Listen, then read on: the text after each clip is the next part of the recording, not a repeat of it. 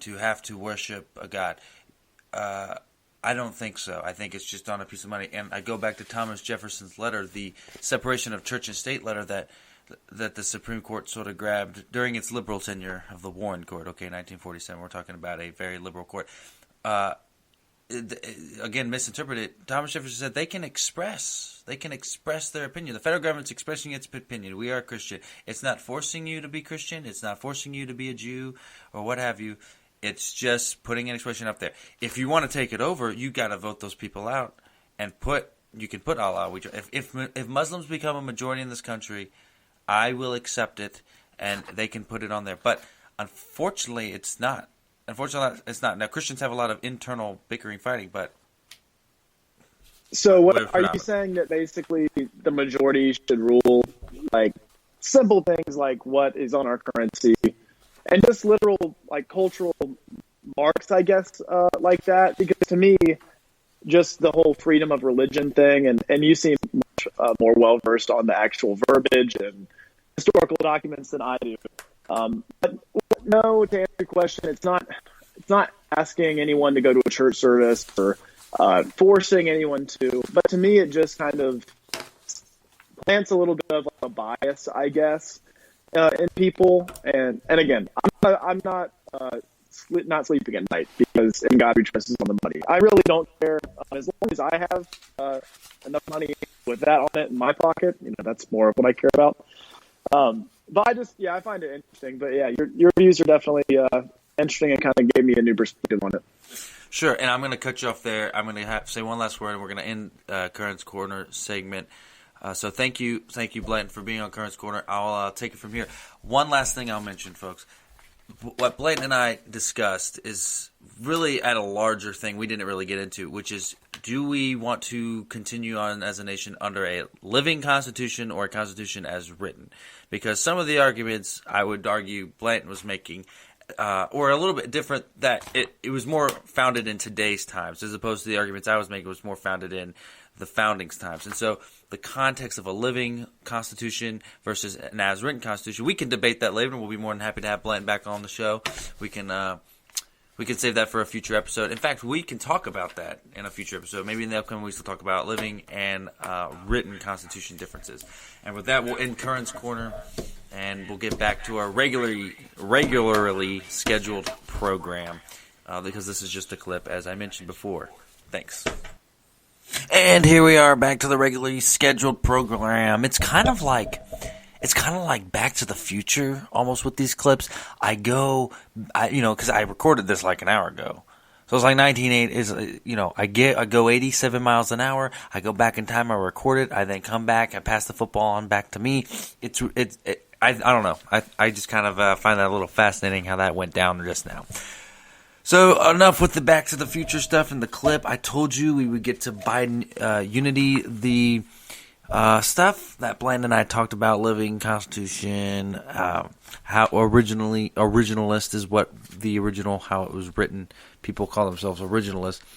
Those, we will have a show, a conversation about that in the future.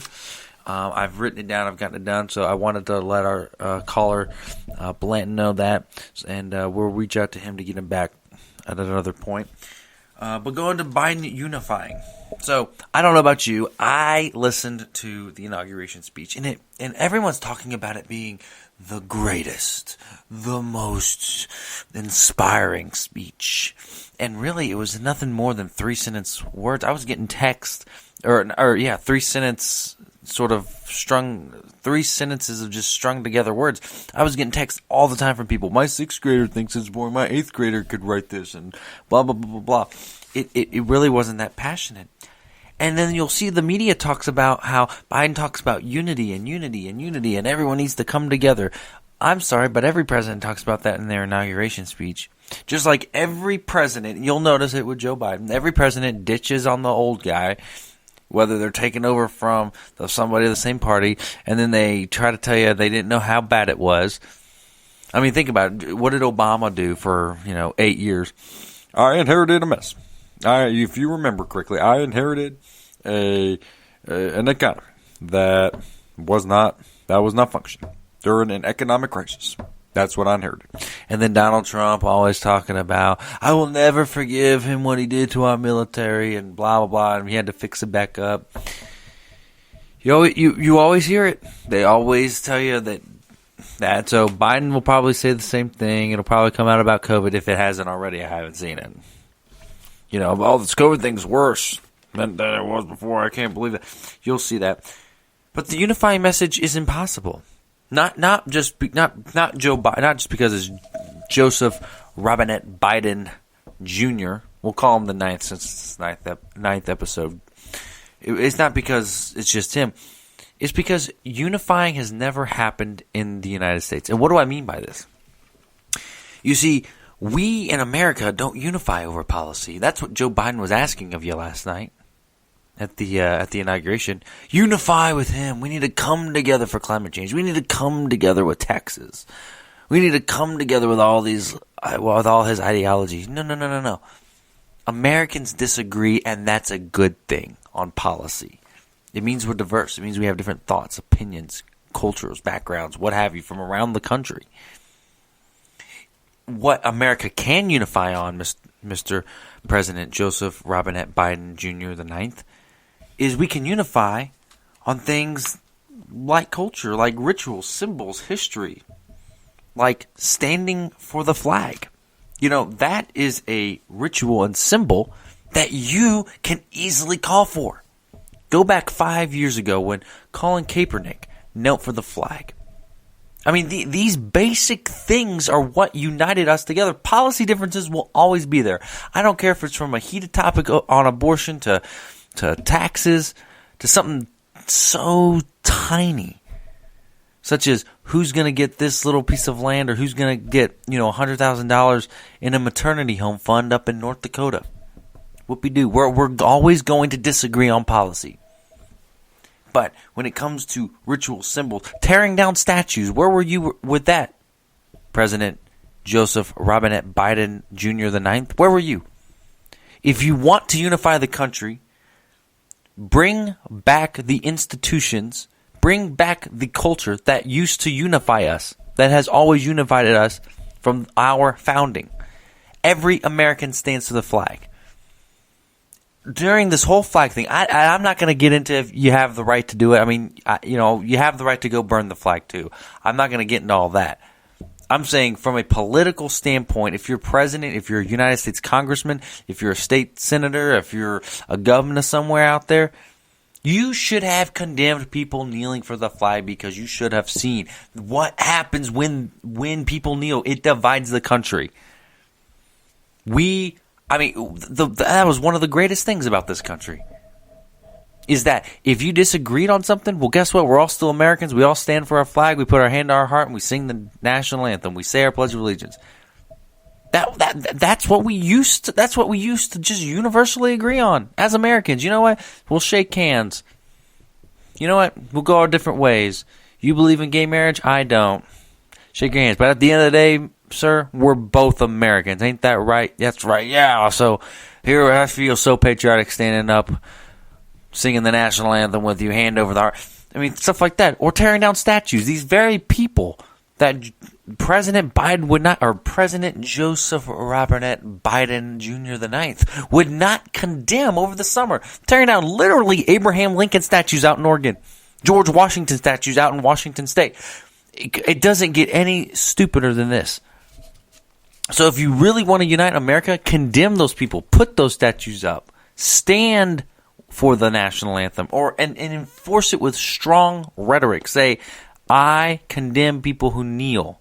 Forget the message. Forget all the right crap. Yeah, they have the right to do it. Yeah, they're sending a message. Tell them to send a message a different way. I don't care. But when you fabricate these rituals and symbols, when you divide it and you rewrite history and you take down statues, what is there left? What do we have in common with these people? What does my side have in common with your side? President Joseph Robinette Biden Jr. the ninth. What do we have in common with you? Because apparently we're never going to have policy agreements. Okay, let's get that straight. But we don't have the national anthem in common anymore. Y'all took that away. We don't have these statues in common anymore. Y'all are taking that away. And if you don't believe me that America has never been unified before, look no further than John Adams and Thomas Jefferson. They hated each other. John Adams, and by the way, I mean about policy differences too. They both got along as far as like standing for the flag and just typical traditional parades and all that stuff, right? And creating traditions. But John Adams, on his 2 days before he was about to hand the baton over to Thomas Jefferson to take over as president, he stacked the courts full of Federalists. It's called the Midnight Minute Act, which, by the way, always bugs me whenever whether it's a leftist or a right-winger, it always talks about, they're stacking the court under Obama. They're stacking the court under Trump. Yeah, well, we've been doing it since John Adams, okay? Right now, Republicans will complain that Biden's doing it, and then 4, 8, 12 years later, whenever the Republicans get the Senate and presidency back, the Democrats will be complaining about it, okay? Now, what is unusual is adding seats to the Supreme Court. But anyway, policy differences have always been something. Look at George W. Bush. 90% of rural, that's rare over 9/11. That's a rare, that's a picture in time for a month, a 90% approval rating. And then not even FDR or Ronald Reagan cracked more than 60% approval for maybe a month or two, for like World War II and Cold War resolutions. And they won in landslides. But when you can't get 60% of the country consistently throughout your presidency, you don't have constant unity on policy. You're never going to get it. And if you did it, the only time it ever happened was with George Washington. But I'm sorry, you're not going to get it. And so if you want to do it, you also need to restore credibility to the FBI, to the DOJ, to the FDA, to the CDC. My God, this last year the CDC's been ridiculed by both sides. It's not a credible institution anymore. Nobody looks at it the same way. Democrats might look at it more positively now that their guy's in, but they didn't trust it before. And you want to know the number one kicker? Elections. If Joseph Robinette Biden Jr. the Ninth wanted to restore unity, then he needed to restore credibility to the institution of elections. He knows half the country doesn't believe he's legitimate. By God, you want to talk about all the stuff President Trump did over the last couple of months? They know, so he knows all this is going on, that it's quote unquote, Trump's feeding us a bunch of lies, Trump's feeding them a bunch of crap, and blah, blah, blah, blah, blah. So he knows this, and he still won't go out and try to at least sell us, give us a speech or something about how give us some backing up proof that you think the election was legitimate. I'm not saying this from a overturn the election standpoint, but just go out there and try to sell it to us. That's how you unite it, because at the end of the day, that's what Americans unite over. And we're losing it. If you disagree on policy, you can go to a voting box and figure it out. If you disagree on policy, we can all go stand for the flag together.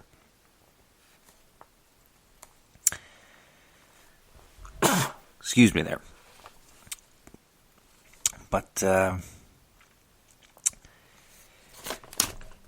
we'll see what happens over the next couple of years, the Mr. Unifying President.